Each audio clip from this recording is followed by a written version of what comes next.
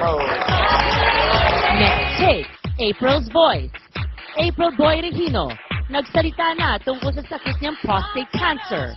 Ano-ano nga ba ang mga matitinding pinagdadaanan niya at ng kanyang pamilya? Alamin ang kanilang buong paglalahad sa Caught by Christie. Mamaya na!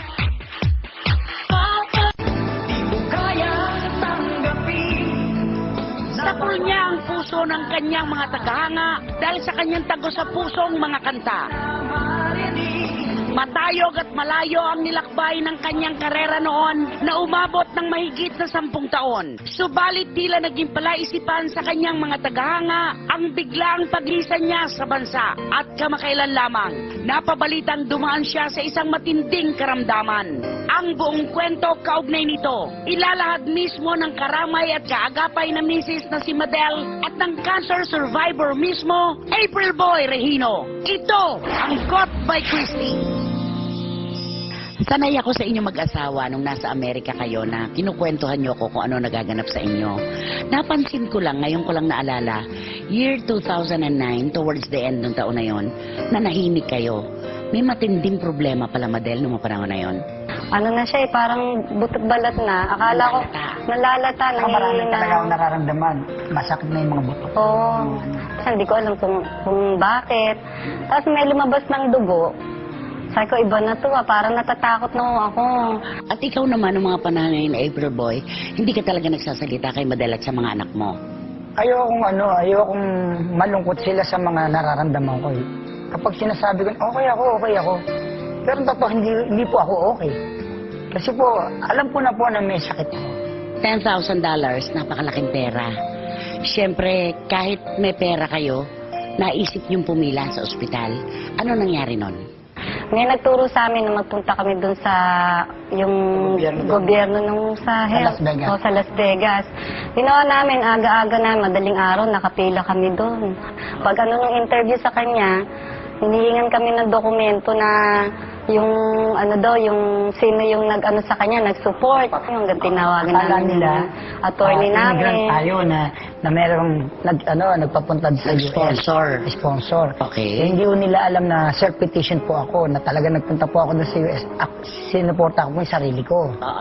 Ito yung naranasan ko doon, naramdaman ko. Ayoko po may makakita sa Pilipino. Dahil nahihiya po ako. Kasi po, syempre, kailangan po namin gawin. Laki-laki yung pera na kung makakatulong naman sa amin yung di ba? Laki-laking gas. So, nadiskubre na talagang talaga na matindi ang sakit niya. Ano ang depresyon na naramdaman ng pamilya ninyo? Biglang naramdaman ko na lang sa sarili ko, yung luha, di ba? Umiiyak ka na. Parang di ko namin matanggap. Hindi naman naging yung nag-uusap-usap sila na umiiyak sila, nananalang sa Diyos. Hindi ako makapaniwala talaga na meron akong ganun sakit. Yung In denial ka? Oo, syempre po eh. Sabi ko, bakit ako magkakaroon ng ganun na prostate cancer? Bata pa ako. At maging ang mga anak niyang sina JC at Charmaine ay hindi matanggap ang sinapit ng kanilang ama.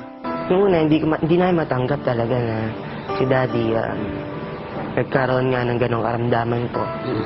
Cancer po yun malalang sakit. Habang nasa labas ako, habang sumisigaw siya, lagi na lang ako napapanood. Parang naiiyak ako. Sabi ko, kasi sumisigaw siya masakit to daw pag pinasok yung talaga noon. Nung malaman kong may sakit akong ganun, syempre parang nawalan ako ng pag-asa. Ayaw ko na kumain. Sabi ko, mamamatay din naman ako. Bakit pa ako kailangan kumain? Ayoko na uminom ng gamot. Kasi wala na nga po ang pag-asa Basta't ang alam ko lang, dasal na lang ako ng dasal sa Diyos.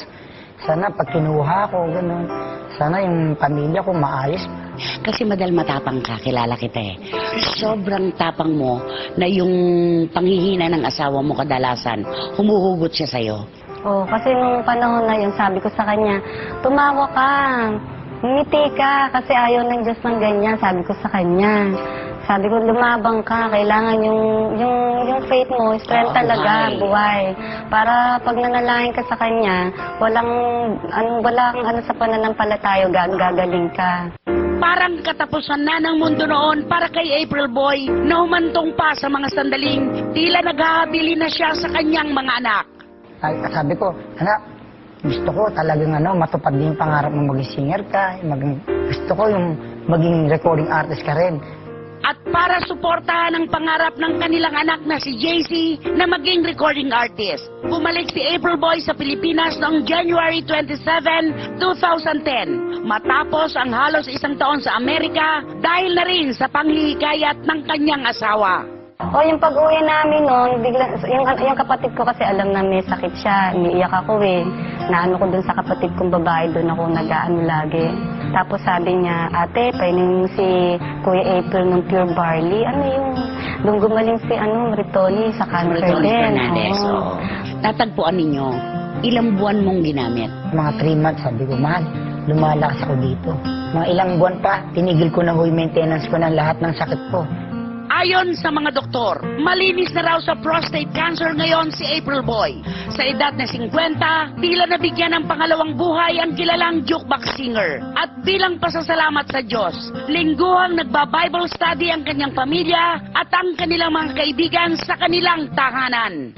Ang pinaka-number 1 na gamot talaga, ang pagdadasal sa Diyos, sa Panginoon sa Kristo. Siya lang po talaga maiingi ng Pananampalataya. tulong. Oo, yan talaga. Kapag kayo tumawag sa Kanya sa Amang Diyos at sa Panginoon sa Kristo, siya ang gagawa ng paraan. Na akala niyo wala ng paraan. Meron pa pala. Siya ang gagamot at hahanap ng gamot. Katapat ng ating problema. Opo. Di ba kinakanta mo yung umiiyak ang puso? Umiiyak ang puso ko't sumisigaw, pati ang isip ko damdamin ay humihiyaw. Maraming salamat. Thank you so much.